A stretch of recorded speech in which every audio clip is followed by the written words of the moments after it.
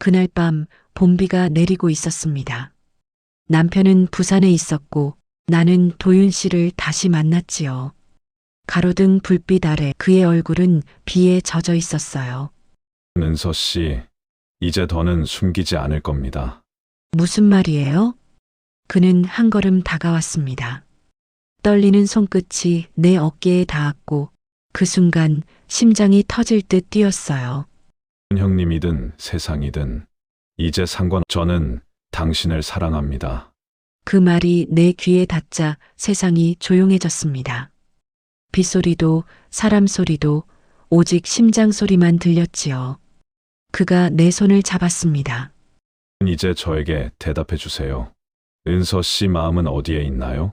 나는 말하지 못했습니다. 그저 눈물이 흘렀어요. 남편의 배신보다 더 두려운 건 내 마음이 이미 다른 사람에게 향하고 있었다는 사실이었거든요. 도윤 씨의 눈빛은 진심이었어요. 그날 밤 나는 처음으로 내 인생이 흔들리고 있음을 느꼈습니다. 그리고 그 흔들림이 다시는 되돌릴 수 없다는 것도요.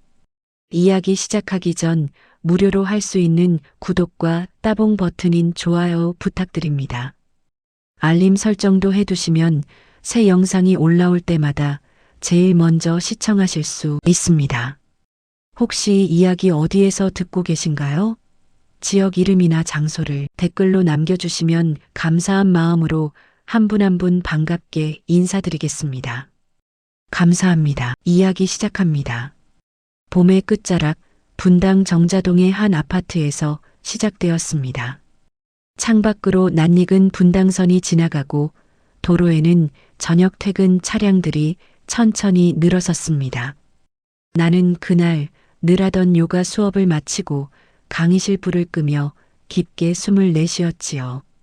30명 가까운 회원들의 인사를 받으며 미소를 지었지만 마음 한구석은 이상하게 허전했습니다. 남편 현수는 제약회사 임원으로 늘 바쁘게 움직였습니다. 회의, 출장, 접대, 언제부턴가 우리 부부의 대화는 하루 인사와 안부로 끝나기 일쑤였어요.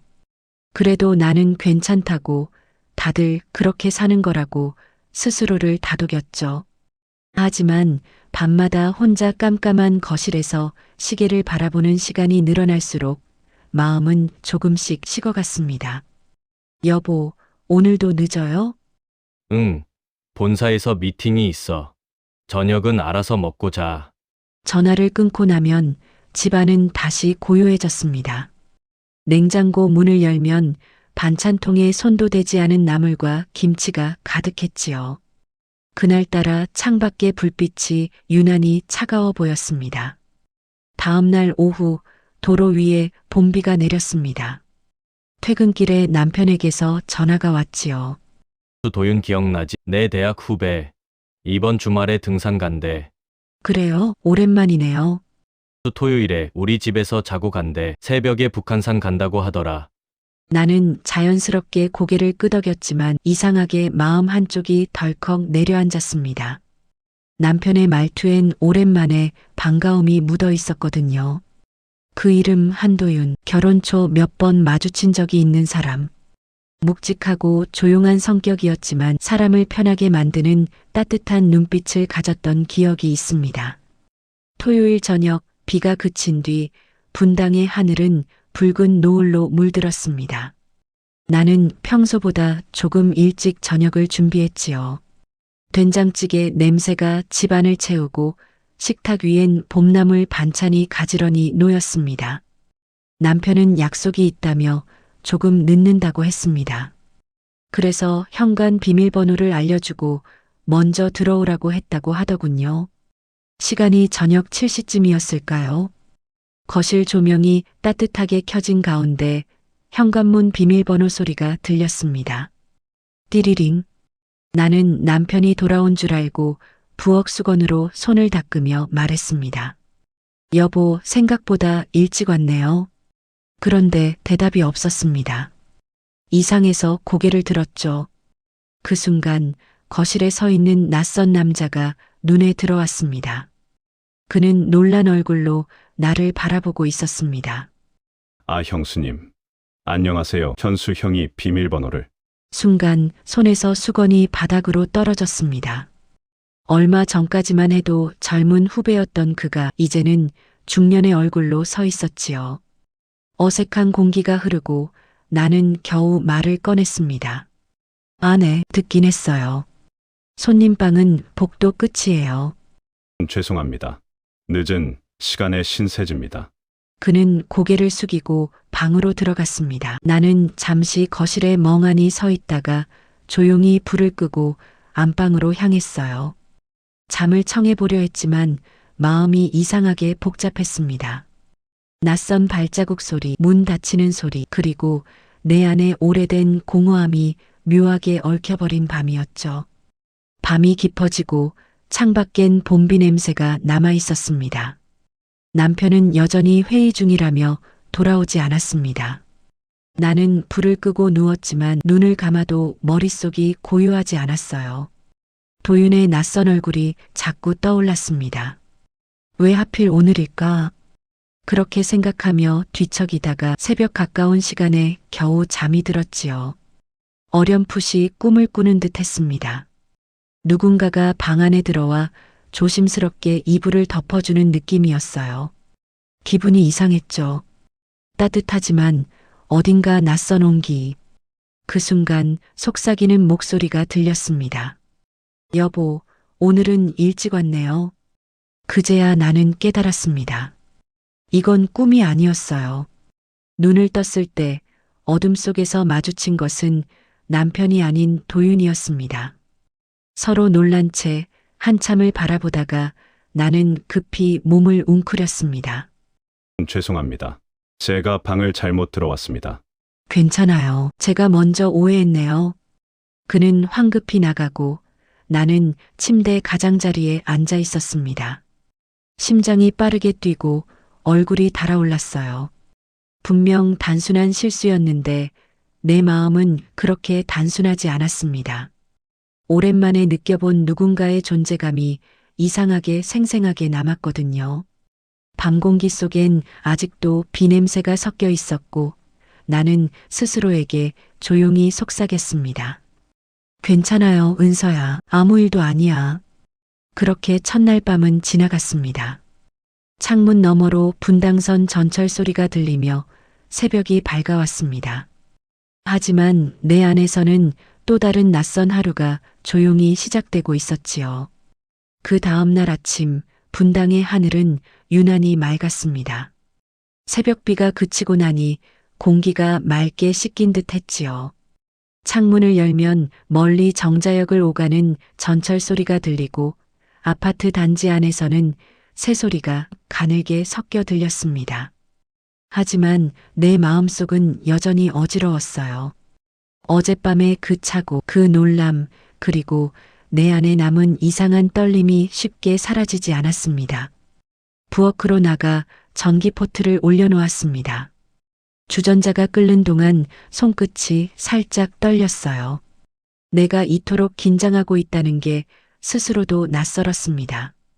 그때 방문이 열리고 도윤이 조심스럽게 나왔습니다. 셔츠를 단정히 여몄지만 얼굴은 어딘가 불편해 보였지요. 형수님, 죄송합니다. 어젯밤엔 제가 너무 부주의했어요. 괜찮아요. 저도 놀라서 그랬던 거예요. 우리는 둘 다 눈을 마주치지 못했습니다. 아무 일도 없었던 것처럼 행동했지만 공기 속에는 어색함이 가득했습니다. 나는 컵을 하나 더 꺼내며 자연스럽게 물었습니다. 커피 드실래요? 은하 안에 괜찮다면요. 포트에서 김이 피어오르고 커피 향이 주방을 채웠습니다. 그 향이 잠시 어색함을 덮어주었지요. 우리는 식탁에 마주 앉았습니다. 현수 형은 언제쯤 오시나요? 오늘 오전에 회의 마치면 올 거예요. 새벽에 나가셨다네요. 그는 고개를 끄덕였고 나는 잔을 두 손으로 감쌌습니다. 따뜻한 커피가 손바닥을 덮었지만 마음속은 여전히 차가웠습니다. 이상하게도 그와 마주 앉아 있는 지금 긴장보다는 묘한 안도감이 느껴졌어요. 누군가와 함께 아침을 먹는다는 게 이렇게 낯설고도 따뜻한 일이었나 싶었죠. 형수님, 요가 학원은 여전히 하시죠? 네, 정자동에서요. 오래됐어요. 벌써 10년이네요. 도윤은 감탄하듯 미소를 지었습니다. 대단하시네요. 꾸준히 한 일을 그렇게 오래 하기가 쉽지 않은데. 그냥 버티는 거예요. 누구나 사는 게 그렇잖아요. 그 말에 그는 잠시 나를 바라보다가 고개를 끄덕였습니다. 그 시선에는 연민도 공감도 함께 있었어요. 순간 나도 모르게 가슴이 저렸습니다. 그때 현관문이 열리며 남편의 목소리가 들렸습니다. 도윤아, 잘 잤어?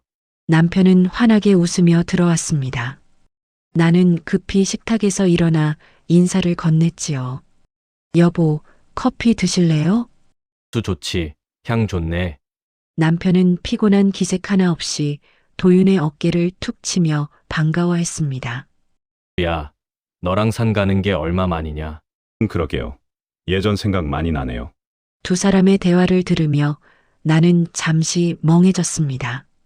아무렇지 않게 웃고 떠드는 남편, 그리고 그 앞에서 조심스러운 후배의 얼굴. 어젯밤의 착오가 마치 나 혼자만의 상상이었던 것처럼 느껴졌지요. 아침 식탁 위엔 웃음소리가 다시 흘렀습니다. 하지만 그 웃음 속에서 나는 이상한 거리감을 느꼈어요. 남편은 세상에서 제일 편한 얼굴로 도윤을 대했고, 도윤은 그 편안함을 지키기 위해 더 낮은 목소리로 대답했습니다. 그 모습이 오히려 내 가슴을 답답하게 만들었어요. 은서야, 오늘 점심은 나가서 먹자. 오랜만에 셋이 같이. 좋아요. 나는 미소를 지었지만 마음속엔 묘한 울림이 남았습니다. 누군가의 편안함 속에 내가 점점 사라지는 기분이었어요. 도윤이 식탁에서 일어나며 말했다. 형수님, 맛있는 커피 감사합니다. 별 말씀을요. 조심히 다녀오세요. 그는 잠시 머뭇거리다 내게 작게 인사했습니다. 어젯밤 정말 죄송했습니다. 나는 고개를 끄덕이며 답했습니다. 괜찮아요, 도윤 씨. 우리 모두 피곤했잖아요. 그가 문을 닫고 나가자 집안엔 다시 조용함이 찾아왔습니다. 남편은 옷을 챙기며 말했다. 나도 곧 나갈게. 오후 미팅이 있어서. 남편이 현관문을 닫고 나간 뒤 나는 천천히 식탁에 앉았습니다. 커피잔 안에 미온한 액체가 바닥에 남아 있었습니다. 그 안에 내 얼굴이 희미하게 비쳤지요. 괜찮다고, 아무 일도 아니라고. 스스로 되뇌어 봤지만 마음 깊은 곳에서 작게 파문이 일었습니다. 창밖으로 햇살이 쏟아지고 단지 놀이터에서는 아이들 웃음소리가 들렸습니다. 그 평화로운 소리가 오히려 내 귀에는 멀게 느껴졌습니다. 문득 창가에 놓인 남편의 출장용 가방이 눈에 들어왔어요. 붙어 있는 이름표엔 여전히 깨끗하게 새겨진 글씨 장현수. 나는 그 글자를 가만히 손끝으로 쓸어내렸습니다. 그리고 조용히 중얼거렸지요. 우리 언제부터 이렇게 멀어진 걸까? 그날 아침 내 안에서 무언가가 조금씩 흔들리기 시작했습니다. 단 한 번의 착오가 내 삶의 균형을 바꾸리라는 걸 그땐 아직 몰랐지요. 그날 저녁 분당 정자동 거리엔 봄바람이 부드럽게 불었습니다. 요가 수업을 마치고 학원 문을 닫는데 하늘이 조금씩 어두워지고 있었지요. 평소보다 늦게 끝난 탓에 배가 고팠습니다. 하지만 이상하게도 입맛이 없었어요. 오늘 하루 종일 머릿속엔 아침의 장면이 계속 맴돌았거든요. 도윤이 떠날 때 그 잠깐의 눈빛, 그리고 내 마음속에 남은 설명할 수 없는 불편함. 그게 단순한 착각일지 아니면 무언가의 시작일지 나조차 알 수 없었습니다. 집으로 돌아오는 길 정자역 근처 카페 리브레 앞을 지나는데 휴대폰이 울렸습니다. 화면엔 낯선 번호가 떴지요. 잠시 망설이다가 전화를 받았습니다. 여보세요? 형수님, 저 도윤입니다. 혹시 통화 괜찮으세요? 갑작스러운 그의 목소리에 심장이 쿵 하고 내려앉았습니다. 아, 네, 무슨 일이세요? 오늘 아침 인사도 제대로 못 드린 것 같아서요. 괜히 신경 쓰이네요. 그의 말은 조심스러웠지만 진심이 느껴졌습니다. 짧은 통화였지만 그 안에는 묘한 온기가 있었습니다. 그의 목소리가 전화를 끊은 뒤에도 한동안 귓가에 남아 있었지요. 집에 도착해 거실 불을 켰습니다. 남편은 여전히 회식 중이라 연락 한 통 없었습니다. 부엌에 앉아 냉장고 문을 열었다 닫기를 반복하다가 문득 창문 밖으로 눈길이 갔습니다. 분당 불빛들이 반짝이는 저녁, 멀리 백현동 방향으로 향하는 차들 사이에서 알 수 없는 외로움이 스며들었어요. 그날 밤 잠을 청하려다 도무지 눈이 감기지 않았습니다. 시간이 새벽을 넘어서자 문득 아래층에서 엘리베이터 소리가 들렸습니다. 잠시 후 현관문이 열리고 남편의 발소리가 들려왔지요. 은서야, 자나? 이제 막 누웠어요.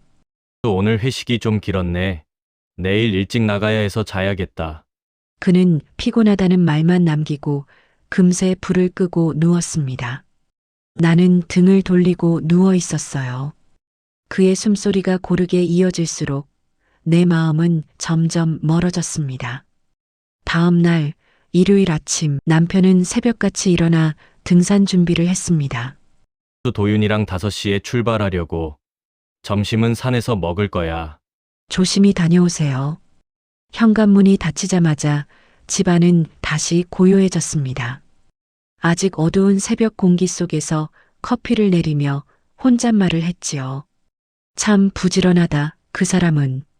하지만 그 말 끝에는 알 수 없는 허전함이 묻어 있었습니다. 시간이 지나 오전 햇살이 거실을 비추기 시작했을 때 갑자기 휴대폰이 진동했습니다. 보낸 이는 한도윤. 짧은 문자 한 줄이었습니다. 경수님, 아침 햇살이 참 좋네요. 커피 한 잔 괜찮을까요? 순간 손끝이 멈췄습니다. 무슨 대답을 해야 할지 몰랐습니다. 하지만 곧 괜찮아요. 잠깐 들르세요. 단 한 줄만 보내고 휴대폰을 내려놨습니다. 30분쯤 뒤 초인종이 울렸습니다. 띠리링. 문을 열자 도윤이 손에 종이컵 2개를 들고 서 있었습니다. 근처 카페에서 사왔어요. 그냥 인사드리고 싶어서요. 고마워요. 들어와요. 그는 거실 소파 앞에 커피를 내려놓고 조심스럽게 앉았습니다. 우리는 잠시 아무 말 없이 커피를 마셨지요.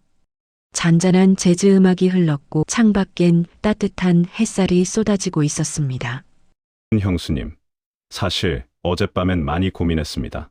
무슨 고민이요? 그냥 어제 그 일 괜히 죄송해서요. 그런데 생각해보니 그게 제 잘못만은 아닌 것 같기도 해서요. 그의 목소리는 조심스럽지만 단단했습니다. 나는 잠시 숨을 고르며 컵을 내려놓았습니다. 맞아요. 우리 둘 다 놀랐잖아요. 그냥 잠깐의 실수였던 거죠. 그렇게 생각해 주셔서 다행이에요. 하지만 눈을 마주치는 순간 이상하게 긴 침묵이 흘렀습니다. 그의 시선엔 죄송함만 있는 게 아니었어요. 어딘가 복잡하고 깊은 감정이 담겨 있었지요. 나는 시선을 돌리며 커튼 너머의 햇살을 바라봤습니다. 도윤 씨, 오늘도 현수 씨랑 산에 가신다면서요? 네, 원래 그랬는데요. 사실 형님이 혼자 가셨습니다. 혼자요? 네, 제가 배가 좀 안 좋아서 못 간다고 했거든요. 그의 말에 마음 한쪽이 철렁했습니다. 왜인지 모르게 불안해졌지요. 잠시 후 그는 미소를 지으며 덧붙였습니다. 그냥 혼자 있고 싶었어요. 요즘 이런저런 생각이 많아서요. 요즘이요? 사람이 나이 들면 마음이 시끄러워지나 봐요. 그 말에 나도 모르게 웃었습니다. 이상하게 그 대화가 편안했어요.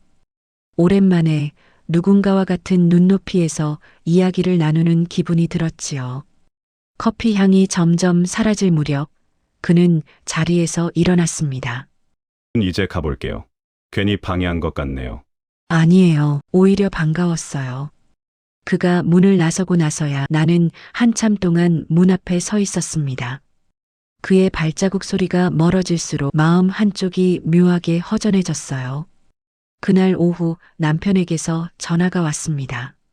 은서야, 점심은 먹었어? 응, 간단히. 또 오늘은 회사 일이 많네.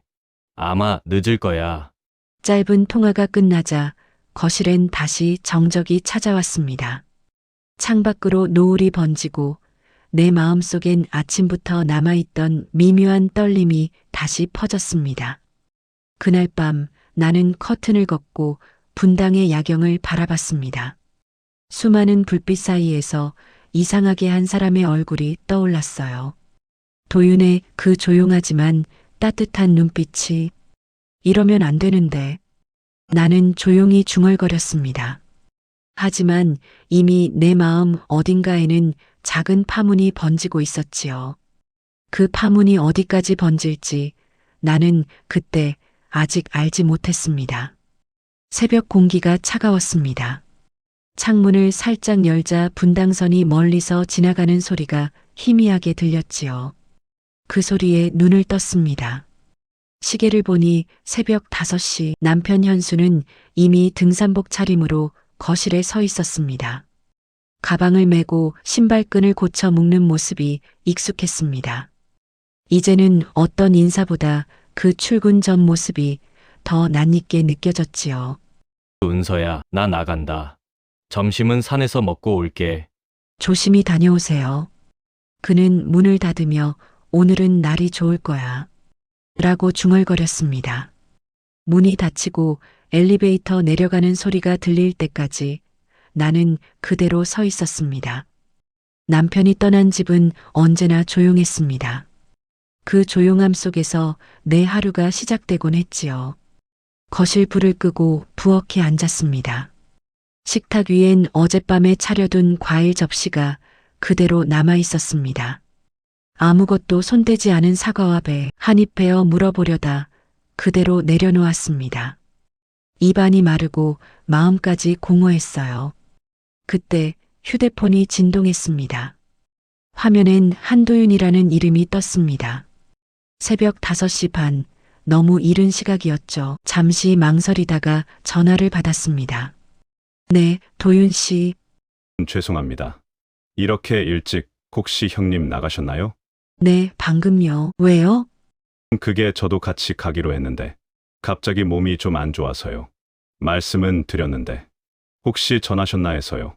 그의 목소리는 피곤하면서도 낮게 깔려 있었습니다. 그 말만으로도 걱정이 되었지요. 괜찮아요? 어디 아픈 건 아니죠? 아마 피로인 것 같아요. 요즘 좀 무리했거든요. 그의 말끝에는 작게 한숨이 섞여 있었습니다. 잠시 망설이다가 내가 먼저 말했습니다. 그럼 따뜻한 차라도 한잔하러 올래요? 근처잖아요. 전화를 끊자마자 스스로 놀랐습니다. 왜 그런 말을 했는지, 왜 그리 자연스럽게 초대했는지. 하지만 이미 마음 한켠에서 괜찮다는 대답이 들려왔습니다. 30분쯤 뒤 초인종이 울렸습니다. 띠리링. 문을 열자 도윤이 손에 작은 종이봉투를 들고 있었습니다. 감기에 좋다는 생강차예요. 그냥 드리고 싶어서요. 고마워요. 들어와요. 그는 현관에서 신발을 벗고 조심스럽게 거실로 들어왔습니다. 남편이 막 떠난 따뜻한 공기가 아직 집안에 남아 있었지요. 나는 주전자에 물을 올리고 그를 부엌 식탁에 앉혔습니다.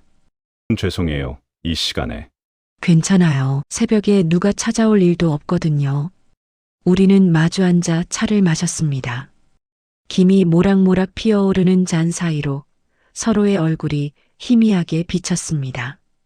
그의 손등엔 잔잔한 상처 자국이 보였습니다. 손 다치셨어요? 유나, 어제 가게에서 박스 정리하다가요. 별거 아닙니다. 그는 웃었지만 그 웃음이 왠지 쓸쓸해 보였습니다. 순간 나도 모르게 그를 오래 바라봤습니다. 이 사람은 언제 이렇게 많이 지쳤을까? 그 생각이 스쳤지요. 도윤은 차를 한 모금 마시고 창밖을 바라보았습니다. 형님은 참 부지런하세요. 늘 새벽에 나가시잖아요. 네, 회사 일이 많대요. 요즘 더 바쁜가 봐요. 그래도 은서 씨는 적적하지 않으세요? 이젠 익숙해졌어요. 그게 제 역할이라고 생각했거든요. 그는 한참 동안 아무 말이 없었습니다. 그리고 천천히 말했습니다.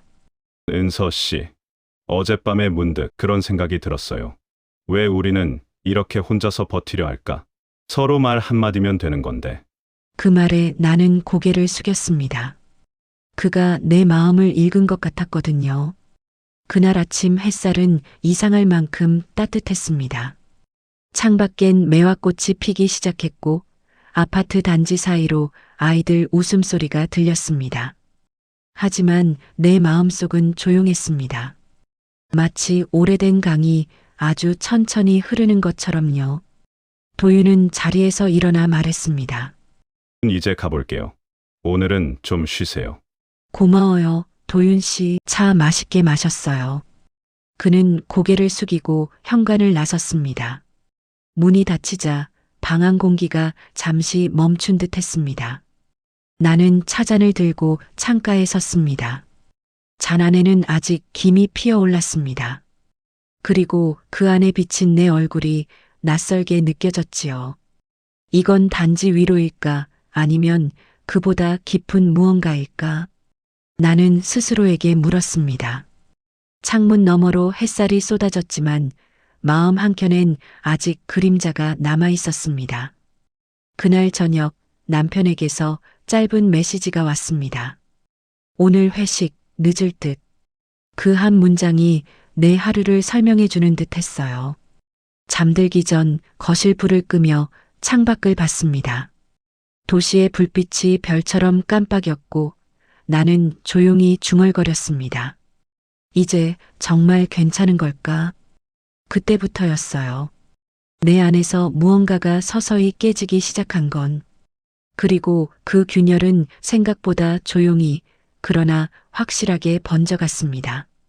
며칠이 지났습니다. 분당의 봄은 점점 짙어가고 있었지요. 학원 앞 벚나무에도 연분홍 꽃이 피어나기 시작했습니다. 그 평화로운 풍경 속에서도 내 마음은 잔잔하지 않았습니다. 남편 현수는 여전히 늦은 귀가를 반복했고 도윤은 그날 이후 연락이 없었습니다. 그 짧은 새벽의 대화가 꿈처럼 느껴질 만큼 모든 게 다시 예전으로 돌아간 듯 했지만 어딘가 균열은 남아 있었지요. 그날 오후 수업을 마치고 정자동 센트럴파크 근처를 걷고 있었습니다. 바람이 살짝 불어와 머리카락을 스쳤고 나는 잠시 벤치에 앉아 숨을 고르며 휴대폰을 확인했습니다. 그때 메시지 한 통이 도착했습니다. 보낸 사람은 한도윤이었어요. 오늘 잠깐 뵐 수 있을까요? 전해야 할 게 있습니다. 심장이 순간적으로 두근거렸습니다. 별다른 이유도 없이 그 문장만으로 마음이 흔들렸지요. 잠깐이면 괜찮아요. 그렇게 답장을 보내고 근처 카페 폴 바셋으로 향했습니다. 창가 쪽 자리에 앉자 곧 도윤이 들어왔습니다. 그는 어두운 네이비색 셔츠를 입고 있었고 표정은 평소보다 무거웠습니다. 은서 씨, 이거 받아주세요. 이게 뭐예요? 그가 내민 건 두꺼운 서류 봉투였습니다. 봉투엔 아무런 글씨도 없었지요.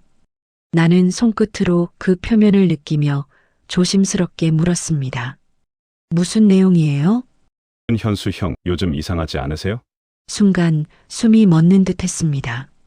그의 눈빛이 진지했습니다. 그 안에 있어요. 형님 회사에서 돌던 보고서예요. 출장 간다고 하셨던 날들. 전부 확인해봤습니다.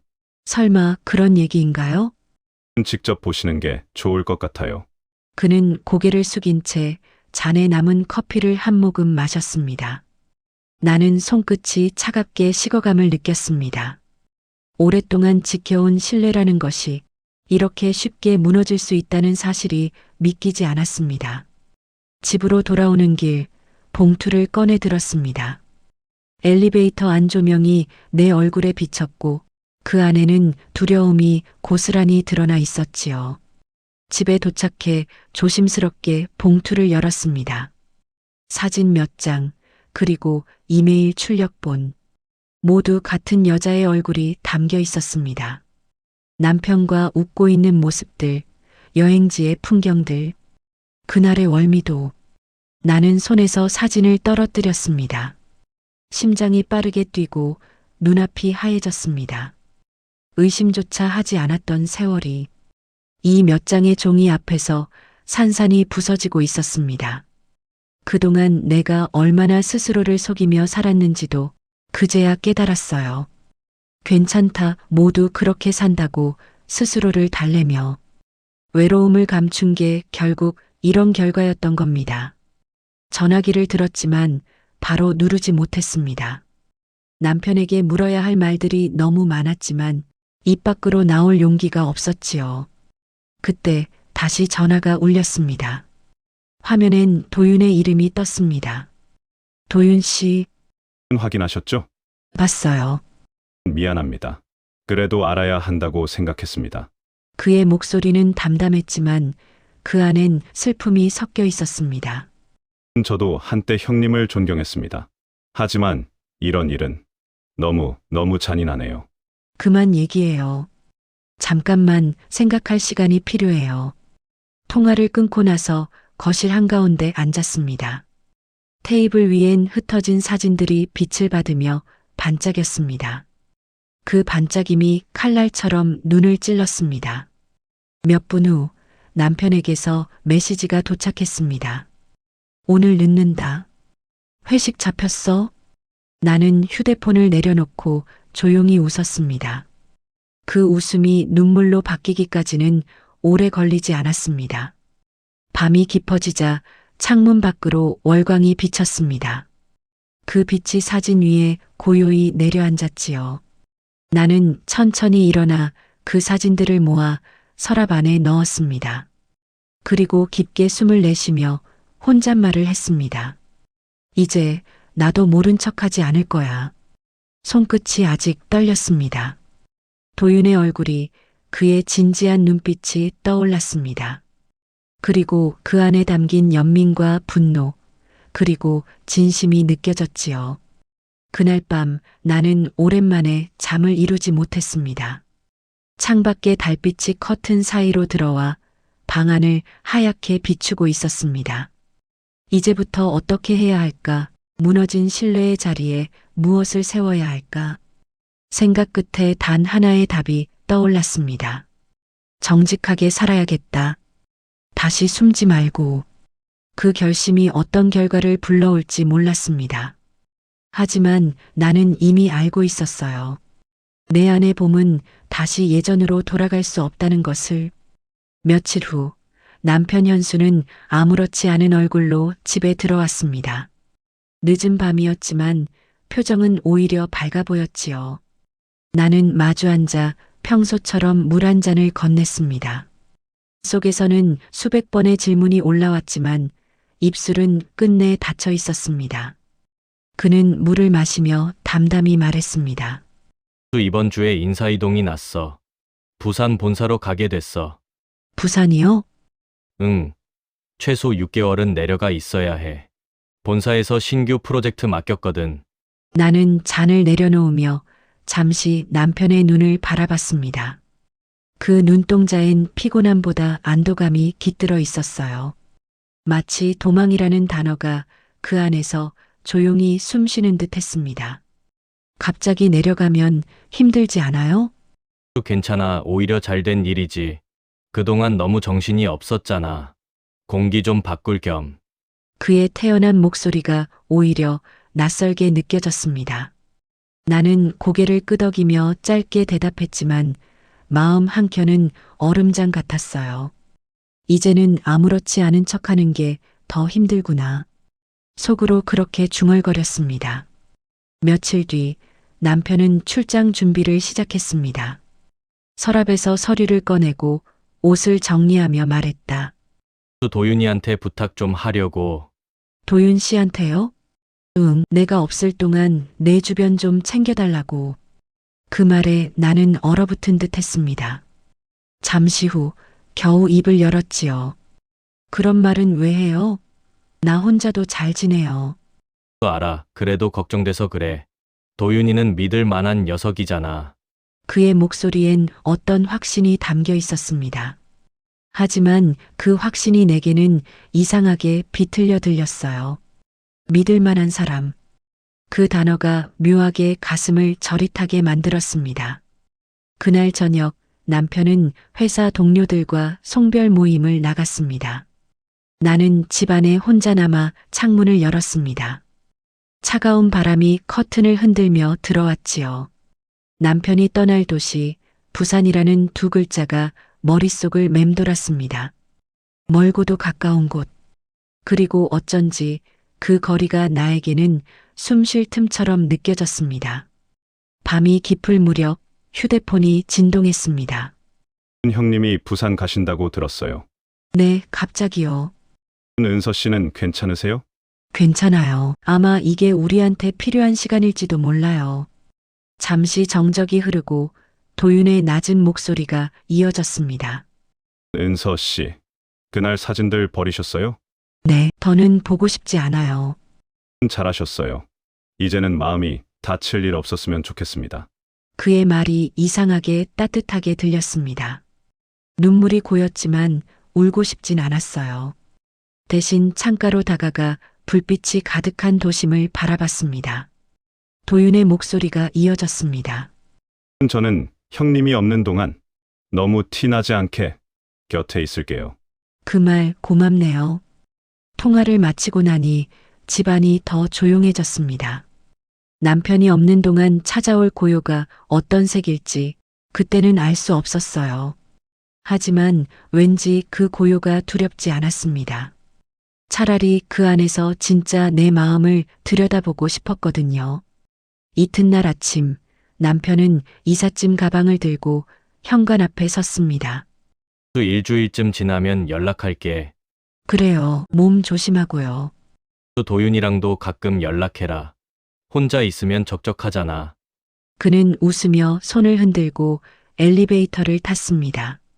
문이 닫히는 그 순간 나는 오래된 짐 하나가 내려앉는 기분이 들었습니다. 무겁지만 한편으론 가벼웠어요. 거실로 돌아와 남편이 두고 간 머그컵을 바라봤습니다. 컵 밑에는 커피 자국이 희미하게 남아 있었지요. 그 흔적을 손끝으로 지우려다 멈췄습니다. 흔적은 쉽게 지워지지 않는다. 그 생각이 문득 마음을 찔렀습니다.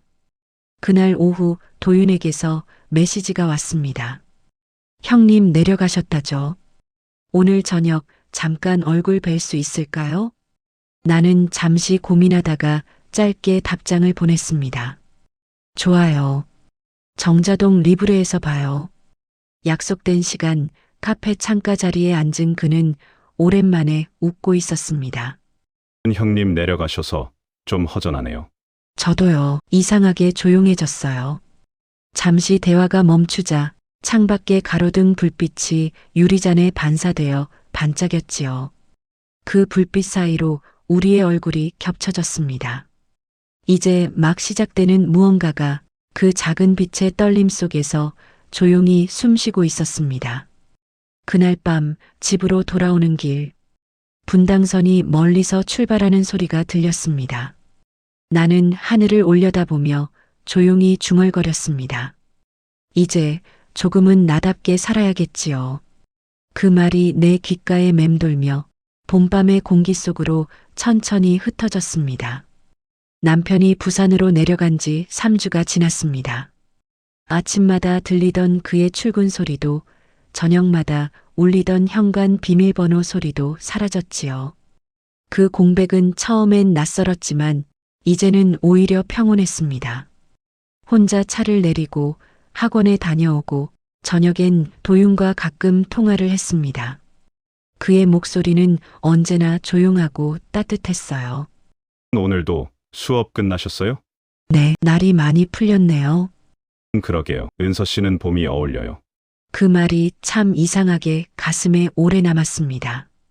봄이라는 단어가 그 사람의 입에서 나오니 새삼스럽게 따뜻하게 들렸지요. 그날 저녁 정자동의 브루클린 커피에서 우리는 다시 마주 앉았습니다.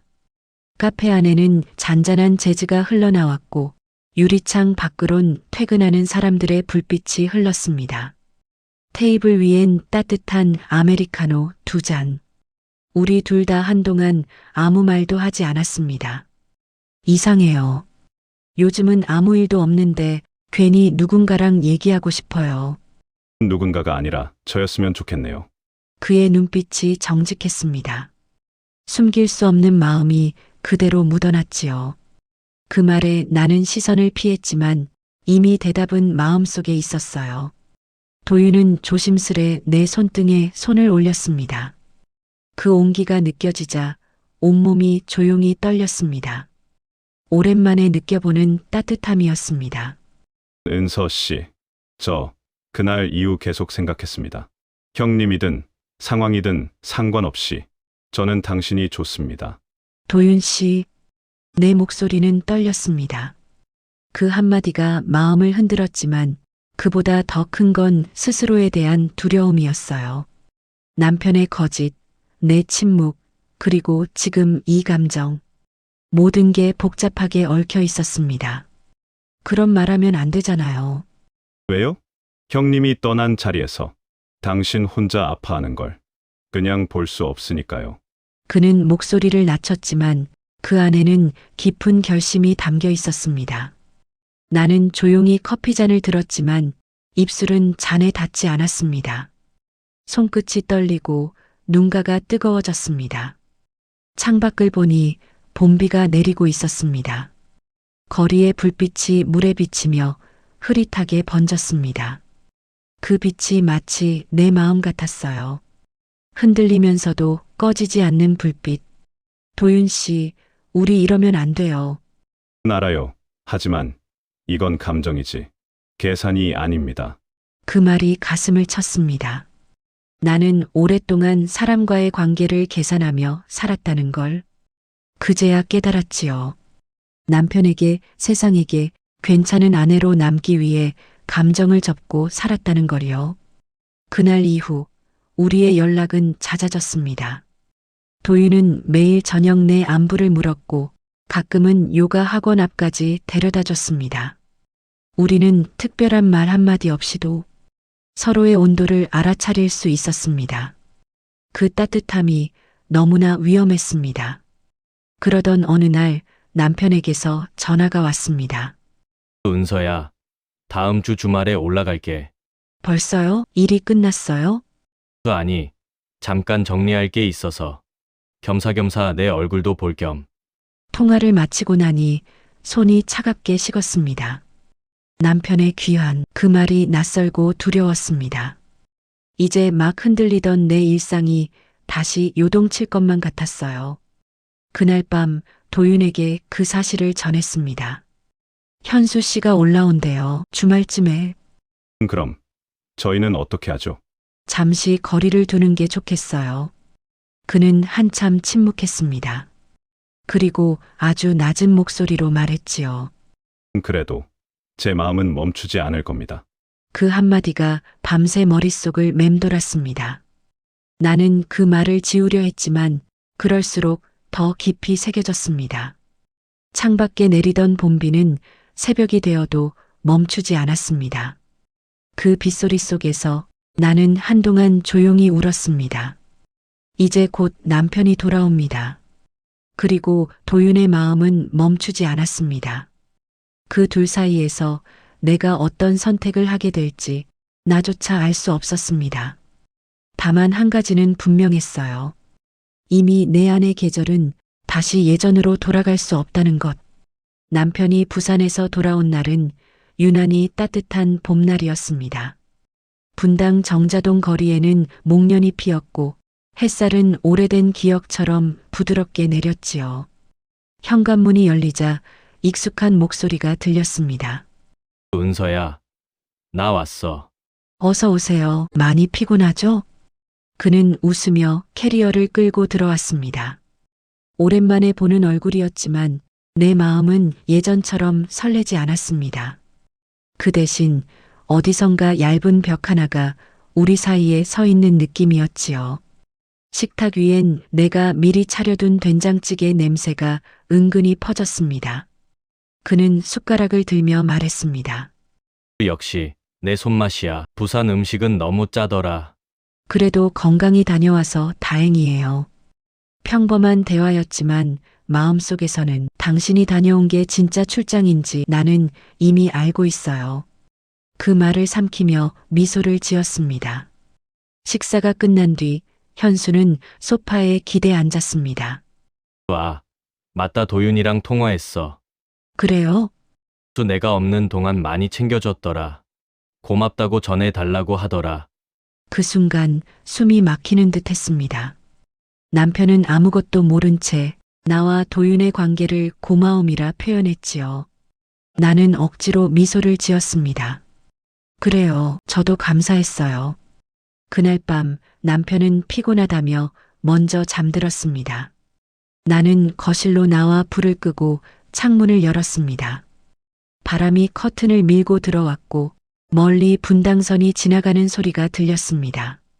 그 순간 휴대폰이 진동했습니다. 화면엔 한도윤의 이름이 떴습니다. 현수 형, 잘 도착하셨죠? 응, 지금 자고 있어요. 그럼 잠깐 나올 수 있을까요? 순간 망설였습니다. 하지만 알 수 없는 마음이 나를 현관 앞으로 이끌었습니다. 아파트 단지 정문, 벚꽃이 흩날리는 가로등 아래 그가 서 있었습니다. 이 시간에 나와 주셔서 감사합니다. 이제 그러면 안 돼요. 알아요. 그런데 이 말은 꼭 하고 싶었어요. 그의 눈빛이 흔들렸습니다. 전 이제 형님께 죄송한 마음보다 은서 씨에 대한 진심이 더 커졌어요. 누가 뭐래도 전 당신을 사랑합니다. 그 말이 바람 사이로 섞여 사라졌습니다. 나는 아무 말도 할 수 없었습니다. 눈물이 천천히 볼을 타고 흘렀지요. 그 마음 고마워요. 하지만 우린 너무 많은 걸 잃었어요. 더 이상은 안 돼요. 그럼 이대로 끝내실 수 있나요? 그의 물음에 나는 대답하지 못했습니다. 대신 눈을 감은 채 고개를 숙였습니다. 그가 다가와 내 손을 살며시 감쌌습니다. 잠시였지만 그 짧은 온기가 세상의 모든 위로 같았어요. 이제 정말 보내드릴게요. 우리 각자의 자리로 돌아가요. 그래요. 대신 하나만 약속해 주세요. 뭔데요? 행복하세요. 저 말고도 누구와도 괜찮으니까 꼭 행복하세요. 그는 그렇게 말하고 천천히 걸어갔습니다. 벚꽃잎이 바람에 흩날리며 그의 뒷모습을 감쌌습니다. 나는 그 자리에 서서 한참을 바라봤습니다. 가로등 불빛 아래 흩어진 그림자만이 남아 있었지요. 집으로 돌아와 남편의 곁에 누웠습니다. 그는 깊이 잠들어 있었고 그 숨소리가 이상하게 멀게 느껴졌습니다. 나는 조용히 눈을 감았습니다. 마음속에서 도윤의 마지막 말이 울렸습니다. 행복하세요. 그 말이 이상하게 오래 남았습니다. 그 이후로 나는 조금씩 달라졌습니다. 남편에게도 나 자신에게도 더 이상 거짓말하지 않기로 했지요. 새벽이 되자 창문 밖에서 새소리가 들렸습니다. 봄의 끝자락이었고 새로운 계절이 다가오고 있었습니다. 나는 미소 지으며 속삭였습니다. 그래요, 이제는 정말 내 봄을 살겠습니다. 삶은 언제나 예기치 않은 선택의 연속이지요. 은서에게 그 봄은 잃어버린 시간을 되찾는 계절이었습니다. 누군가를 용서하는 일보다 스스로를 용서하는 게 더 어려웠지만 그녀는 결국 자신 안의 봄을 선택했습니다. 누구의 잘못도 누구의 승리도 아닌 이야기. 그저 사랑과 외로움 그리고 용기의 기록이었지요. 여러분이라면 은서의 자리에 서 있었다면 어떤 선택을 하셨을까요? 오늘의 이야기가 마음에 남으셨다면 좋아요와 구독으로 함께 해주세요. 여러분의 댓글 한 줄이 다음 이야기를 만들어가는 큰 힘이 됩니다. 은서의 봄처럼 당신의 마음에도 따뜻한 변화가 찾아오길 바랍니다.